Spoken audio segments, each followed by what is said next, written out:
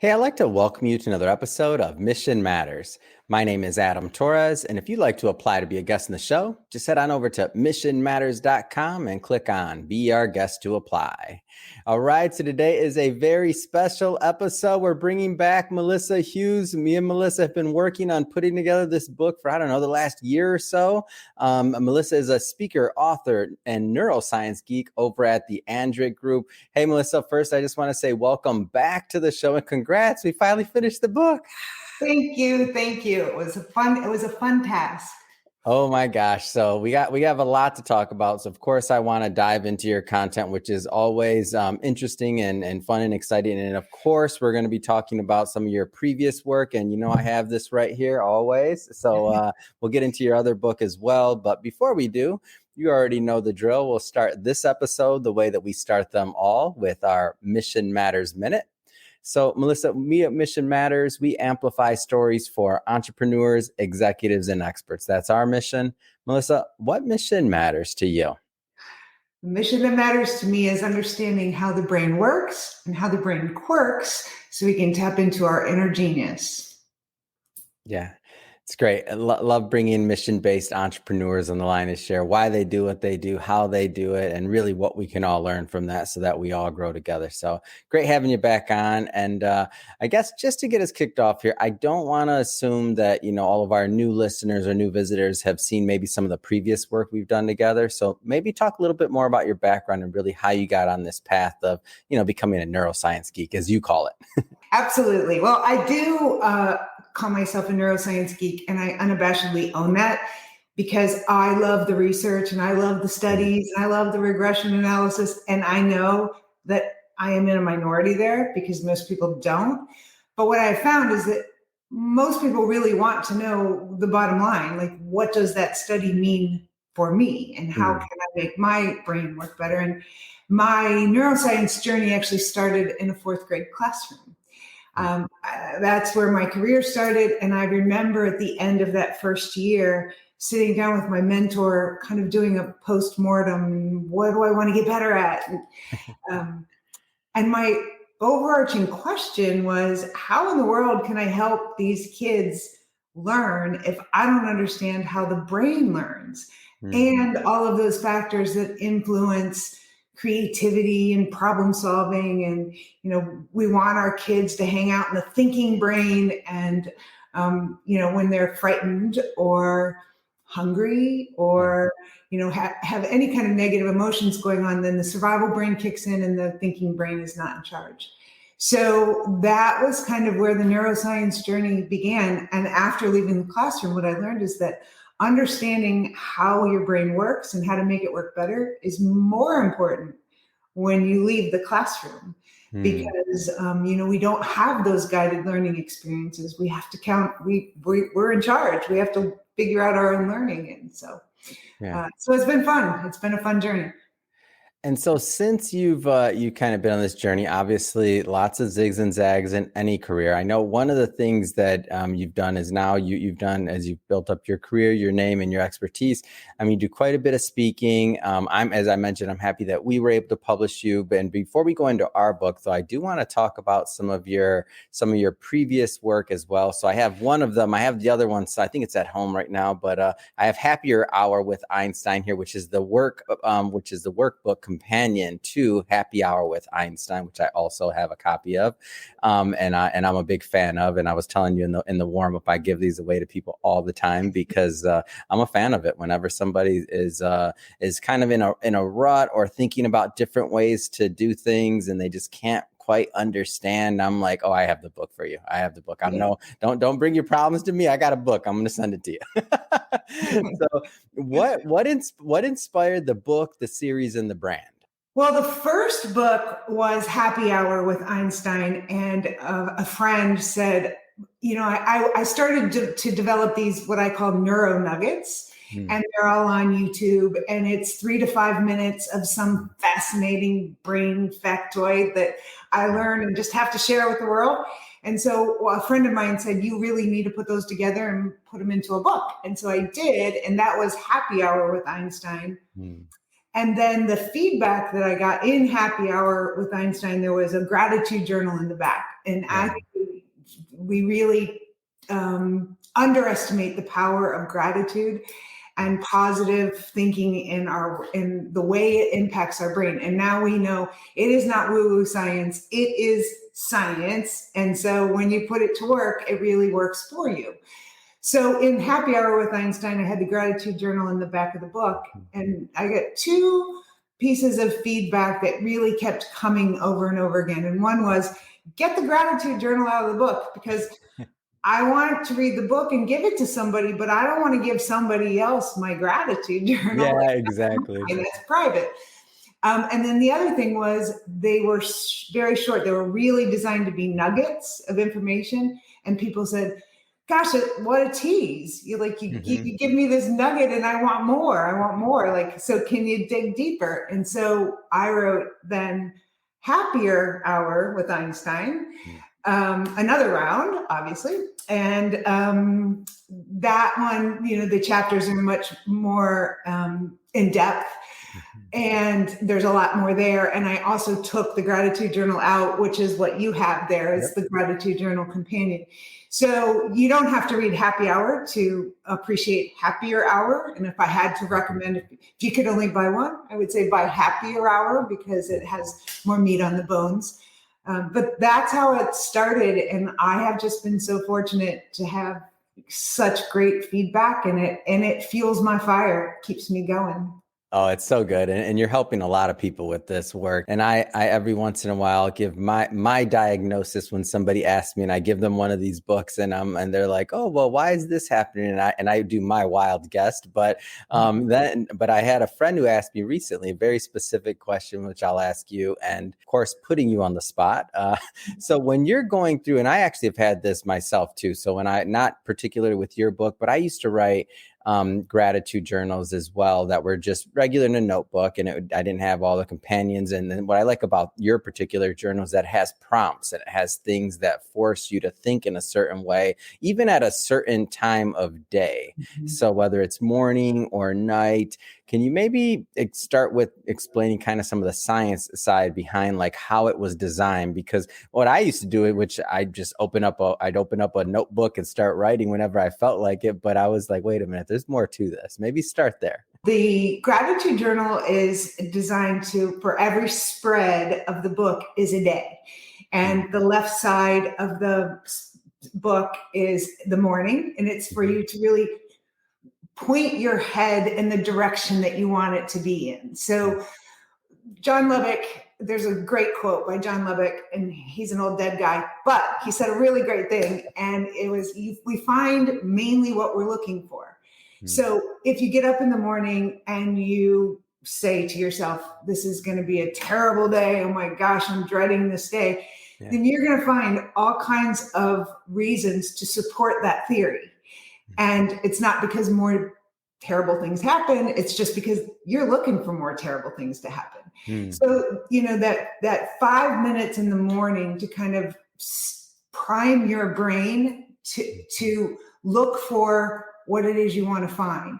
And so sometimes it's, today I really want to accomplish, like, I think some of the prompts are like, today will be an awesome day if, or, today I will claim this day as victorious if, and, our days are different. And so sometimes you want to nail a presentation, and sometimes you want to check boxes and be really productive. And so what you're doing by articulating that is you're priming your brain to notice the opportunities that will help you get that thing done, whatever it is. And then the right side is what you do at the end of the day, ideally right before you go to bed. And you look back on that day, because, we all have a to-do list that's like a mile long. And I don't know about you, but at the end of the day, I look at the things that I didn't get done. And I, beat myself up for, I just can't get everything done. And so instead of ending the day on a high of, look at, this is what I did accomplish, you kind of end it with cortisol and stress and frustration. And so when you can look back at the end of the day and say, this is how I made the world a better place, this is what I accomplished. And one of my favorite parts of that gratitude journal is every day has a daily dare. And Yeah. it's simple things like tell someone you appreciate them. When you look back and remember things like that, those positive things that you did, the brain, as amazing as it is, has a really difficult time differentiating between a present experience and a memory of an experience. Wow. So when you give someone a thank you card, or you accomplish something great and you get that big boost of dopamine, you get that I did it, right? Yeah. You think about that, your brain gives you another boost of dopamine, just as if you were doing it all over again. So Wow. when you look back at your day and you reflect on the things that you did well and the things that your accomplishments, Mhm. the other thing it does is that as you're going through your day, will start to, it only takes 28 days to make this a habit, Mhm. but you'll start to go, oh, I'm going to think about that at the end of the day. Like this is going to be my thing, right? That I think about at the end of the That's day. true. That's true. That does happen. Yeah. Wow. And so I'm curious. So I found it's kind of going through this, and then a friend of mine, this was the question that she had as well, is she said that sometimes like the end of the day, like that one, there's always something new that comes up at the end of the day, right? Because you're thinking back and every day is different. But the beginning of the day, sometimes that one's a little tough. And I find myself, and she said the same thing, kind of sometimes writing some of the same things, like about if you're gonna, if this is what would make this a successful day. I'm paraphrasing, but and to me, it's like, okay, I'm gonna get outside and I want some sun for a couple minutes. Like that would be good. Get out of the studio, and then I find like kind of going over and over with some of the same things. Do you find that's a thing, or is there like, is that becoming rote, or like how do you kind of break past that, or is it okay? I don't know. Well, I don't think it's wrong. So I Yeah. would say, is it okay? It's okay. Yeah. But the one thing that the brain really likes is patterns. And the Ah. brain likes familiarity. Hmm. And so we often default to that thing that we know. And Ah. so for you to think differently, you have to be really intentional about Hmm. thinking differently. And so this is just So one my really, brain is getting lazy. our brain is very lazy, My but brain's getting lazy. It's like, go with the old sunshine, Adam. Don't spend an it's extra not your don't fault. don't spend an extra minute and think. Go with the old sunshine, Sir Adam, and check it off the box. Oh, you lazy brain, you. I knew it. No, it's not your fault. It's not your fault. But I will give you one little trick that you might try Please. and see if this works for you.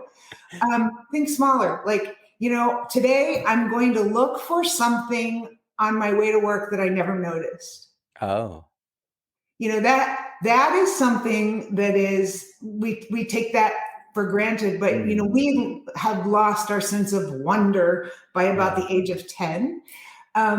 But that's one way to inspire wonder, and awe. There are all kinds of studies on wonder and awe, do amazing things for the brain. And it's Mm, as simple as look for something that you never noticed before. yeah. Or today I'm going to eat lunch at a restaurant I've never eaten at, So you're right? breaking the pattern. Yes, Oh. to break the pattern. And then when Yeah. you start to do those kinds of things, then what you do is you open up the neural pathways in your brain, and you'll start searching for different things like, I want to be really productive. I want to crank through my to-do list today. I mean, I Mm, can put that down every single day because of yeah. course that's what I want to do. But if I put other things like I want to find something that I never noticed before on my way to work, now that's different. That's intentional. And, Mm, you know, typically, if you are looking for something like that, it'll be something fun, something, yeah. right? Well, you solved my problem, and that's a good one. So I'm calling lazy brain taking over again. Speaking of the brain, let's dive into the latest published work, at least with us, the surprising simple truth of what motivates us. So lots of different angles you could have approached your content from. I mean, you got tons and tons of research. Why this angle? Why now?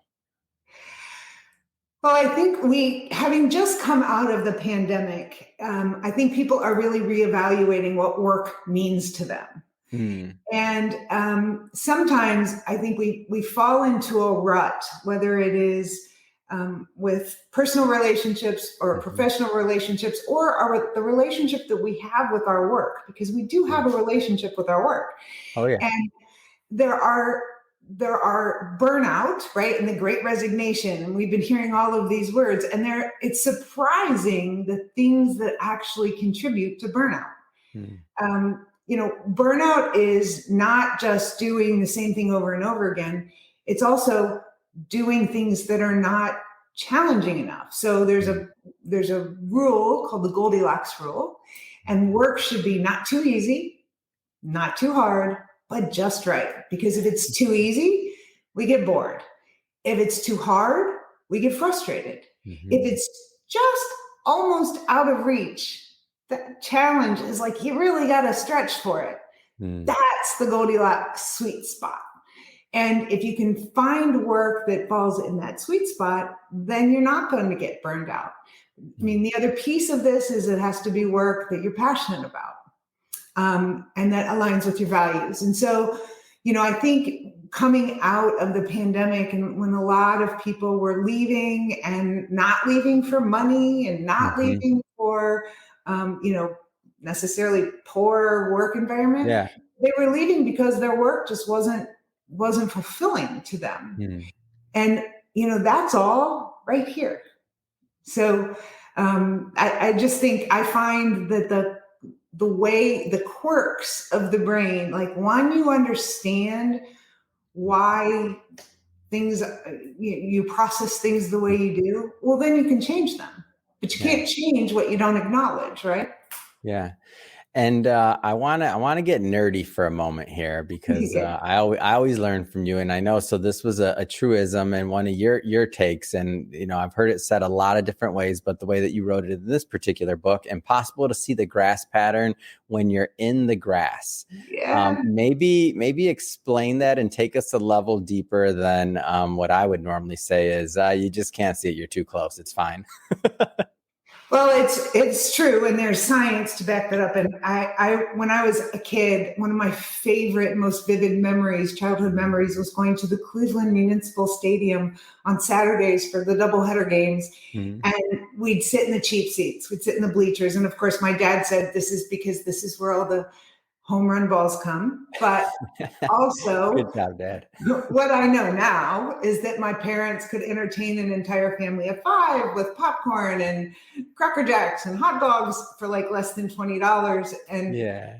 but to this day, I remember how I would marvel at the grass patterns. I mean, Mm. I just found them fascinating. And so in my family, one rite of passage was when you turned 10, you got to ride the riding lawnmower. Ooh. And I vowed that my yard would be epic. Like I was going to have a Major League Baseball yard, right? So when I got to ride the riding lawnmower, I tried to do the grass patterns, and I was so frustrated because I couldn't see them. And it wasn't until I got off the lawnmower and went up onto the second floor balcony where I could actually see the patterns in the grass. Mm, Neuroscience is so much like that mm, because, if you think about those times where you have like one of those, what was I thinking moments, and we all have mhm, them, right? The answer is you weren't thinking. The answer is when we're in those emotionally charged um, mm, events that where we really need our best thinking. mhm, It's the if the wrong chemicals are flowing up there, then the survival brain is in charge. And when our survival brain is in charge, mhm. its first job, the brain's first job, is to keep us alive. Yeah. So if the survival brain is in charge, there's this kind of a red alert that goes out and says, danger, there's a Mhm, problem here. And so it'll pause the thinking brain, allocate all the neural resources downstairs to the survival brain. mm, And then that's when we also have like, fight or flight, freeze or fawn. But we have all these other things going on in our body where our Mhm. pupils dilate, we start to sweat, our heart races, and if all of that is going on, we're not thinking. Yeah. So, if you are really in one of those emotionally charged times, the best thing you can do for yourself is to go to the cheap seat. So, like you said, you're too close to it. Take yourself out of the emotional space so that your thinking brain can be back in charge. Oh, I think it's great. And is there give us a scenario of how you might do this? So and obviously everybody's going to be different, but let's say you're in a business scenario or something else and you already, and so you watch this program in Melissa and you're like, oh, she said it. She said it. I know it. I knew I was going to be doing this and I know it's my survival brain, but what do I do again? Like any tips on just kind of how to try to, I would use the word de-escalate, but remove yourself, like any tips on how to kind of cope with that, especially if you're newer to the concept? Yeah, so there's a lot of research out there now on breathing and what it does, for our mood and for our disposition and all of that. But what a lot of people don't realize is when we do the deep inhale, hold Mm. it, and then deep exhale, what you're doing is you are activating your parasympathetic nervous system. Now, the sympathetic nervous system is the one that is ignited when we're excited. Mm. The parasympathetic nervous system is also known as the rest and digest nervous system. And so that system is running when everything is good with the world and we can just kick back and that's our restorative system that kicks in place. The best way to engage the parasympathetic nervous system is deep diaphragmatic breathing. So if Mm. you're in a situation at work and you start to feel your heart race and you start to, feel your hands are getting sweaty and that you know, if you can get out of that room for 5 minutes, right? Or even just sit there in your chair and just deep diaphragmatic breathing, less than 2 minutes will ignite, and engage the parasympathetic nervous system. And the longest nerve in the body is called the vagus nerve. And Mm. vagus is Greek for wanderer, and it's the longest nerve in the body. And when you engage in diaphragmatic breathing, that vagus nerve actually says to the parasympathetic nervous system, everything's okay. Yeah. Oh, and what I like about this too is that you can do that anywhere, right? So you're in a Anywhere. conference room, you're a boardroom. So when we say well, remove yourself from the situation, you can't necessarily leave a meeting, but you can start very intentionally Mhm. understand that your blood pressure's rising a little bit or whatever your symptom is of when you start getting a little bit more, maybe your skin's getting a little warm or something. And now you can just start, intentionally thinking about your breath while still being present in the meeting and still doing what you have to do. I Absolutely. think it's great advice. Yeah. So I want to dive into maybe one more point that you made in there, and just for everybody listening, pick up a copy of the book. So we're going to have the links already in the show notes, so you can pick up a copy. But I'll read off a couple of the other kind of headlines there. So impossible to do your best thinking when stressed. When we feel positive emotions, the brain does its best work. The decade of the brain, key drivers of human motivation, the Goldilocks principle you brought up, carrots and sticks, the bottom line. So lots more content to cover, but I do want to carry or cover maybe one more of these points here. So the decade of the brain. What's this all about?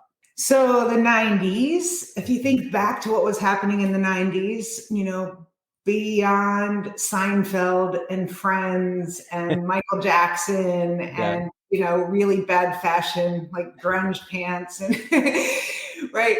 Um, the other thing that was happening was technology was exploding. So if you Yeah. think about the 90s, that's when, remember the Nokia phones? I mean, if you Oh had a my Nokia gosh. cell phone, you were so smooth, right? Yes. The Walkman, uh, we had pagers then, right? So Yeah. all of this, it was just an explosion of technology. And George H.W. Bush, in cooperation with the National Institutes of Health and National Institute of Mental Health and the Library of Congress, um, created this initiative called the Decade of the Brain. And they said in the 90s, we are going to focus so much on using this technology explosion to understand better how that computer between our ears works. Mm. And we discovered a lot of things. I mean, for the first time in history, we could actually connect electrodes to our head and we could see what was happening inside the brain when we listened to rock music or when we heard babies crying or, when we watched a horror show, when we drank wine, right? Yeah. We could see what was actually happening in the brain. And there were several key discoveries that came out of the 90s. One was neuroplasticity and this idea that neurons that fire together wire together. And in simplest terms, it just means the brain is a muscle like any other muscle in the body. And if you use a certain part of the brain over and over and over again, it gets stronger and thicker. And those neural connections, if you think of the connections like tree branches, those branches get thicker and stronger and they're able to connect with other things. So when in the classroom, we talk about prior knowledge, building on prior knowledge. And that is one of the key things that came out of the decade of the brain. And if you want to know more, you have to read the book. Oh, yes. That teaser. I do want to spend a little bit of time, though, also while I have you on the line, talking about the Android Group. So maybe tell us a little bit more about your work and really how you're helping, corporations and organizations. So I do a lot of speaking engagements. I do go in and talk to smaller groups in more of a workshop setting, but primarily what I do are keynotes and presentations. And the great thing about my content is that if you have a brain or your people have a brain, then my stuff fits. We're good for your content. Anyone with the brain, got it. Good check. No, but what I find is that my content is so well received because people really are interested in why we do what we do. And there's a lot of behavioral science. Like we are so smart and yet we're so flawed. We're so illogical and irrational sometimes. And, you start to dig into cognitive biases. And we do things completely in our subconscious that drive decision-making, that drive the assumptions we make of others, that drive, how well we collaborate on a team. And so all of this really is the foundation for company culture. So, when I go in and talk about from an individual standpoint, these are some of your brain's quirks and these are the studies behind it and, all the sciencey stuff. But it is so simple then to connect all those dots and say, and that is how it impacts your company culture and your employee engagement and employee retention. Those are all the things that companies want to do is have happy people in a well-organized company where people feel like they're making contribution, and just that, like making contribution, like organizations want their people to contribute. Well, guess what? The brain says people want to contribute. Like that. That's really fulfilling for us. And if we don't feel like we're making a contribution, then we're not going to be engaged. Yeah. So, we say, leaders say, I need higher employee engagement. Employees are saying, I need to make a contribution. Well, how can we bring those two things together and create the conditions for those things to happen? Because it's not impossible. And actually, once you understand the brain, it's pretty fun to do. So yeah. And one of the and speaking of speaking, Melissa, I know that you've been. I follow you on LinkedIn and some other social channels, and I know you do quite a bit in the hospitality space. I mean, you were in Alaska at CHAR. I mean, there was another conference. I think you got some more conferences coming up. Like maybe tell us a little bit about that.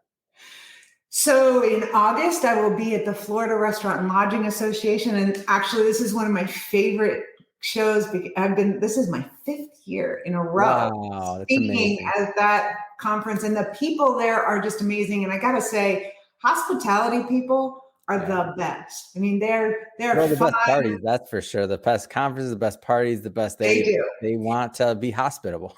They know how to do conferences. But hospitality is just a good place for me to play because, whether it's restaurants or hotels, Yeah.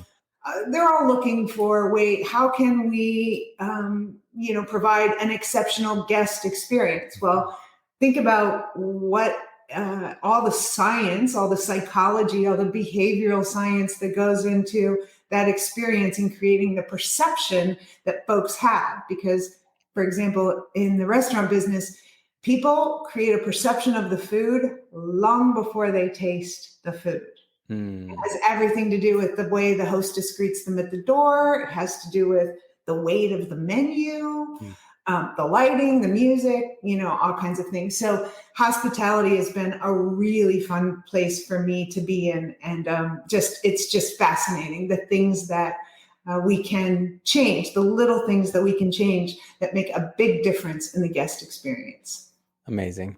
Well, Melissa, I know you're always have things coming. You just mentioned the August speaking engagement, and I know you're busy, busy, busy. I'm happy that you were able to come back on the show to start the promo of the recent release. I just have to ask. I mean, what's next? What's next for you? What's next for the Entry Group?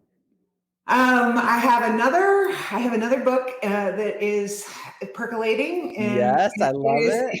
it is it is in the hospitality space. So I'm very excited about that, and really digging into the psychology of the guest journey. So Hmm. that's fun. So stay tuned for that. And also, I am more than half finished with a goal setting, goal getting journal for the younger generation, for Yeah. our friends ages 12 to 22. So like Hmm. from middle school through the end of college. And I'm very excited about that one. Oh my gosh, you just said 12 to 22. You know what that means, right? That's for everyone. Like, Everyone.